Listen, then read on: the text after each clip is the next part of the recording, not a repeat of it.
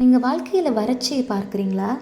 உங்கள் வறட்சி மாறுறதுக்கு நீங்கள் கர்த்தர் சொன்ன கட்டளைகளின்படி நடங்க. அவருடைய கற்பனைகளெல்லாம் கை கொண்டு வாழுங்க. அப்போ ஏற்ற காலத்தில் கர்த்தர் உங்களுக்கு மழை பெய்ய பண்ணுவார். உங்கள் வாழ்க்கையில் இருக்கிற வறட்சி எல்லாம் கர்த்தரால் மாற்றப்படும். நீங்கள் என் கட்டளைகளின்படி நடந்து என் கற்பனைகளை கை கொண்டு அவைகளின்படி செய்தால் நான் ஏற்ற காலத்தில் உங்களுக்கு மழை பெய்ய பண்ணுவேன். கர்த்தர் இப்படி சொல்கிறாங்க. நம்புங்க, உங்கள் வறட்சி மாறும். தூய ஆவியின் திரியேக ஆசீர்வாதம் நம் அனைவரையும் ஆசீர்வதித்து காப்பதாக. ஆமென்.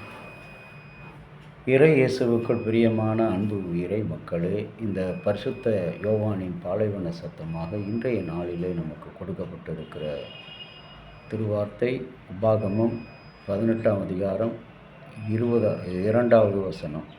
அவர்களுக்கு சகோதரருக்குள்ளே அவர்கள் சுதந்திரமில்லை, கர்த்தர் அவர்களுக்கு வாக்களித்தபடி அவரே அவர்களுக்கு சுதந்திரம். சுதந்திரம் என்று சொல்லும் பொழுது விடுதலை என்று கூறுவார்கள். பல நேரங்களிலே அந்த சுதந்திரத்தின் ஒட்டி வருகின்ற ஒரு செயல் சுயாதீனம். நான் சுயாதீனமாக இருக்கிறேன், சுதந்திரமாக இருக்கிறேன், யாரும் எனக்கு தேவையில்லை என்று சொல்கிறார். இன்றைக்கு சுதந்திரம் என்று சொல்லும் பொழுது இன்றைக்கு உலகத்தில் பார்க்கும்போது இந்த 1978ஆம் ஆண்டு ஜூலை 25ஆம் தேதி ஃபர்ஸ்ட் டெஸ்ட் டியூப் பேபி கண்டுபிடிக்கப்பட்ட ஆண்டு. எட்வர்ட்ஸ் என்பவர் இந்த டெஸ்ட் டியூப் பேபி, குழந்தை இல்லாமல் 10 வருடங்களாக இருக்கிற மேலே இருக்கிற மக்களுக்கு இந்த சோதனை குழாய் குழந்தை பிறக்க கண்டுபிடித்த ஒரு பெரிய மேதை. இந்த குழந்தை இல்லாமல் இருப்பதும் கூட ஒரு அடிமைத்தன வாழ்வு தான். நியூசிலாந்து சேர்ந்த பத்திரிகை நிருபர் குலாப் அவர் பிணை கைதியாக பிடிக்கப்பட்டு 13 நாட்களுக்கு பிறகு விடுதலை விட்டு வருகிறார். அப்பொழுது சிரித்த முகத்தோடு சொல்கிறார், நான் முன்பை விட அதிகமாக உயிரோடு இருப்பதாக இப்பொழுதுதான் உணர்கிறேன். எப்பொழுதுமே சுதந்திரமாக இருப்பதை அடிமைப்பட்ட பின்புதான் சுதந்திரம் அடைவது பற்றி மிகுந்த மகிழ்ச்சியை தரும். இதை போல இஸ்ரவேல் மக்கள் தன்னுடைய அடிமைத்தன வாழ்வில் இருந்தபோது அவர்களுடைய வாழ்வு சுதந்திரம் என்று நினைத்தார்கள். இதுதான் உண்மையான சுதந்திரம், இதுதான் வாழ்க்கை என்று நினைத்தார்கள். ஆனால் இஸ்ரவேலின் தேவன் அவர்களுடைய அடிமைத்தன குரலை கேட்டபோது, புலம்பலை கேட்டபோது மோசே என்ற மனிதனை அனுப்புகிறார். அவர்களை விடுதலையாக்கி கொண்டு வருகிற வேளையிலே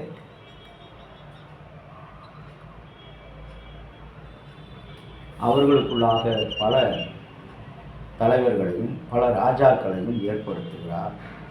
ஒவ்வொரு காரியத்தை செய்வதற்கு ஒவ்வொரு பணியாளர்களை தெரிந்தெடுக்கிறார். ஆனால் இன்றைக்கு நாம் செய்து கொண்டிருக்கிறோம், எல்லாவற்றையும் நானே செய்வேன் என்று சொல்கிறோம். ஆனால் இஸ்ரவேல் மக்கள் இடத்திலே கடவுள் என்ன செய்கிறார்? ஒவ்வொரு பணிக்கும் திருப்பணிக்கும் ஒவ்வொரு கடமையை ஆற்றுவதற்கும் ஒவ்வொரு பணியையும் ஏற்பதற்கும் ஒவ்வொருவரை தெரிந்து கொள்ளுங்கள். லேவியர் என்கின்ற அந்த பணியாளர்களை கடவுள் சுதந்திரமாக அவர்களை வைப்பதற்கு உங்களுக்கு வாக்கு கொடுத்திருக்கிறார். அவரே உங்கள் சுதந்திரம்.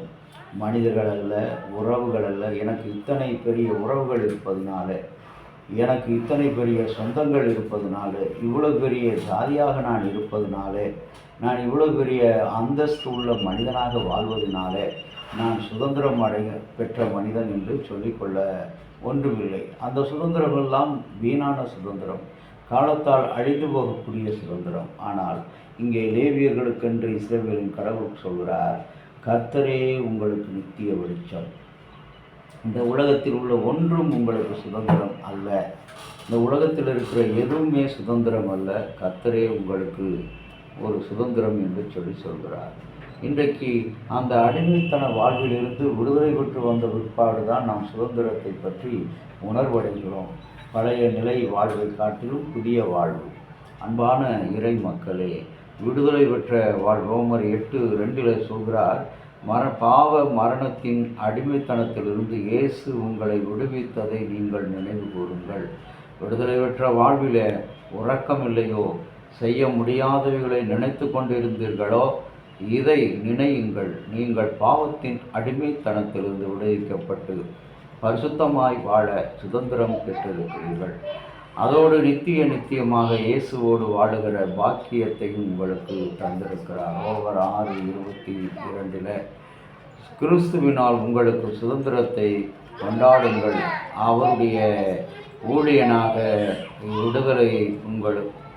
விடுதலையோடு நீங்கள் செய்யக்கூடிய யாவற்றுக்காக தேவனுக்கு நன்றி கூறுங்கள். ஆகவே இந்த உலகத்தில் நமக்கு பார்க்கிற உறவு கொள்கிற நம்முடைய இனம், பணம், பதவி இவைகள் நமக்கு சுதந்திரம் அல்ல. கர்த்தர் தான் நித்திய சுதந்திரம்.